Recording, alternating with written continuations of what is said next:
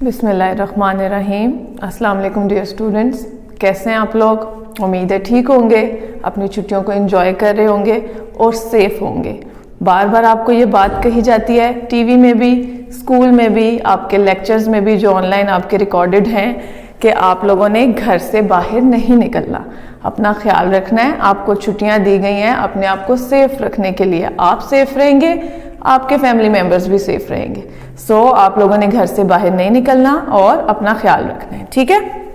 अच्छा जी, अब हमने अपने प्रीवियस लेक्चर के अंदर जो है वो अपना दिसंबर प्लान स्टार्ट किया था इंग्लिश लिटरेचर का, और इसके अंदर हमने अपना यूनिट नंबर 13 किया था। उसके सारी रीडिंग और जितनी भी बुक कॉपी एक्सरसाइजेज हैं वो मैंने आपको करवा दी थी। अब आपने जो उसकी बुक एक्सरसाइजेज हैं जो आपके प्लान के अंदर मेंशन्ड हैं, उसका पेज नंबर भी और उसके पार्ट्स भी, वो आप लोगों का होमवर्क है, वो आप लोगों ने खुद से करना है, वो आपको मैं नहीं करवाऊंगी। अब आज हम अपना सेकेंड लेक्चर स्टार्ट करेंगे, unit number 14, and the name of the lesson is ducks in danger. अब सबसे पहले हम इसके डिफिकल्ट वर्ड्स पढ़ लेते हैं ताकि हमें जो है वो जब लेसन रीड करें तो उसके लिए आसानी हो जाए। ओके, डकलिंग्स बतख के बच्चे, बिसाइड के पास, क्रैक टूटना, शेल्स खौल, हैचिंग अंडे सीना या अंडों से बच्चे निकलना। ठीक है, ये जो अंडों से बच्चे निकलने का प्रोसेस होता है उसको इंग्लिश में हैचिंग कहते हैं और उर्दू में अंडे सीना कहते हैं। बिहेव बर्ताव, अवॉइड से बचना, फॉलोइंग पीछे चलना, स्नैप लपकना, ग्रीडी लालची, चीकी शोख गुस्ताख। ये और भी सेंस में यूज होता है लेकिन आपके लेसन के अंदर इन यही वर्ड्स यूज होंगे। नेक्स्ट वन इज स्वूप्ड झपटना, ग्रैब्ड पकड़ा, स्केयर्ड डर जाना, सडनली अचानक, स्क्रीज्ड चीख। इसके बाद आगे आ जाएं, फ्लैपिंग फड़फड़ाना, एंग्री गुस्से में या नाराज होना। ये दोनों सेंस में यूज होता है एंग्री का वर्ड, नाराजगी के लिए भी और गुस्से में आने के लिए भी। उसके बाद है फ्राइटेंड डर गया, ड्रॉप्ड गिरा दिया, माइंड। अब ये वर्ड है माइंड, ये आपका बहुत सारी सेंस में यूज होता है। आपका जहन, आपका दिमाग, उसके लिए भी माइंड का वर्ड यूज होता है। इसके अलावा आपके लेसन में ये जिस सेंस में यूज हो रहा है उसका वर्ड होगा निगरानी या तवज्जो देना। ठीक है, अब जब हम ये लेसन में पढ़ेंगे तो फिर आपको जो है वो अच्छे से एक्सप्लेन हो जाएगा कि ये जो है ये किस सेंस में यूज हो रहा है यहाँ पे। So let's get started. आप अपनी बुक्स अपने सामने रख लें, पेज नंबर 62 है, पेंसिल्स भी पकड़ लें ताकि आपको आसानी हो जाए। जब मैं पढ़ रही हूँ तो आपके सामने भी बुक होनी चाहिए ताकि आपके लिए ये जो है ना ज़्यादा आसान हो जाए। Okay, ducks in danger, baby ducks called ducklings, जो बेबी डक्स होते हैं उनको डकलिंग्स कहते हैं, are born in a nest, वो नेस्ट में पैदा होते हैं। The nest is often built in long grass, जो नेस्ट होता है उनका डक का, वो अक्सर जो है वो कहते हैं कि वो बनाते हैं लंबी ग्रास के पास, लंबी ग्रास में, बिसाइड अ रिवर, दरिया के किनारे, क्योंकि डक्स आपको पता है पानी में रहती है ना, तो अपना जो वो नेस्ट है वो दरिया के किनारे में या दरिया के पास जो है वो बनाते हैं। द मदर लेज, जो माँ होती है उनकी, वो अंडे देती है बिटवीन 6 and 8 एग्स, वो 6 और 8 के बिटवीन एग्स देती है। मतलब उसके अंडे जो होते हैं जब वो अंडे देती है वो 6 होते हैं, 8 होते हैं या 7 भी हो सकते हैं, मतलब 6 से लेके 8 तक उसके अंडे होते हैं। शी स्पेंड्स सम वीक्स, वो कुछ हफ्ते गुजारती है, सिटिंग ऑन द एग्स, अंडों के ऊपर बैठने में, टू कीप देम वार्म, कि वो उनको गर्म रख सके। वन डे, एक दिन, the eggs begin to crack open, एक दिन जो एग्स हैं, अंडे हैं, वो टूट कर जो है वो बाहर निकल रहे थे उसमें से बच्चे। ठीक है, क्रैक का मतलब होता है टूटना।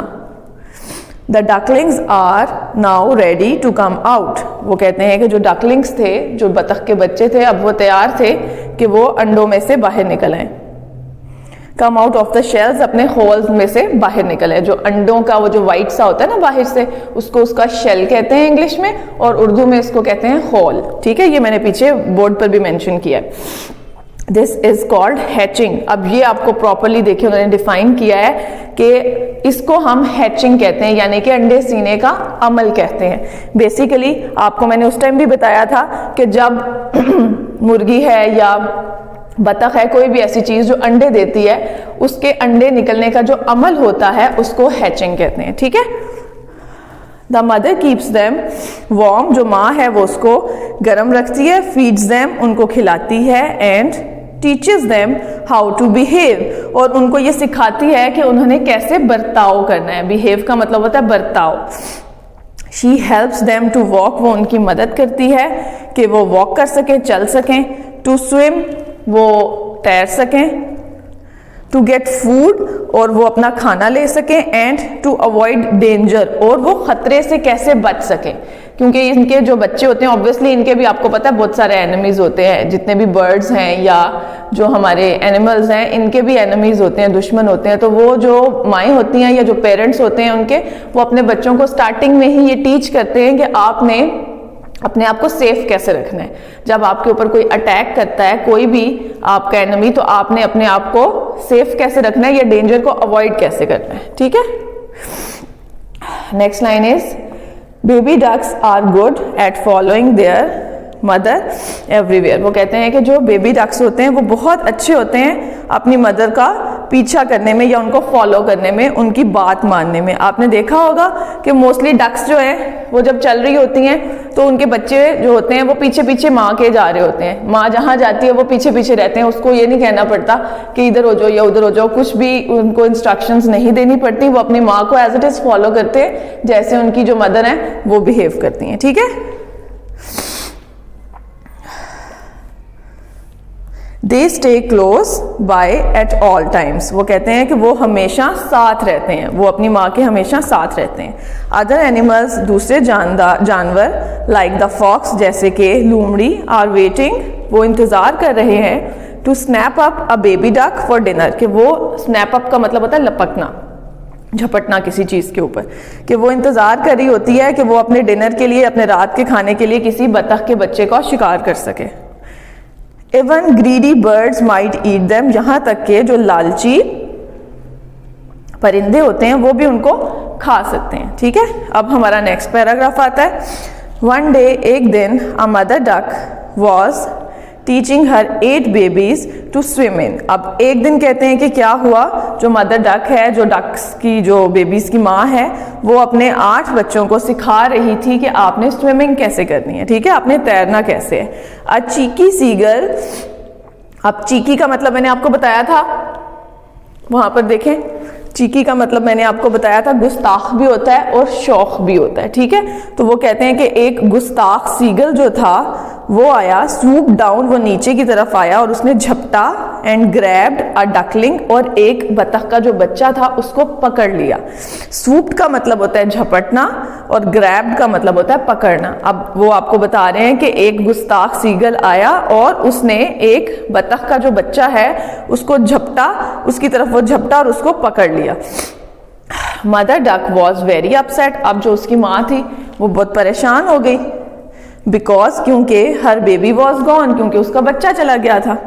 The other ducks were scared, अब जो बाकी डक्स थे या जो बाकी उसके बच्चे थे वो भी डर गए। Other ducks were scared, suddenly, अचानक से, the greedy seagull came back, अब वो जो लालची सीगल था वो दोबारा से वापस आ गया। अब एक बच्चा तो वो उसको ले गया था, लेकिन क्योंकि वो लालची था, वो ग्रीडी था, वो दोबारा से आ गया उसके और बच्चे उठाने के लिए। ही ग्रैब्ड अनदर बेबी, उसने एक और बच्चे को पकड़ा, डक, बेबी डक, बच्चे को, बतख के बच्चे को।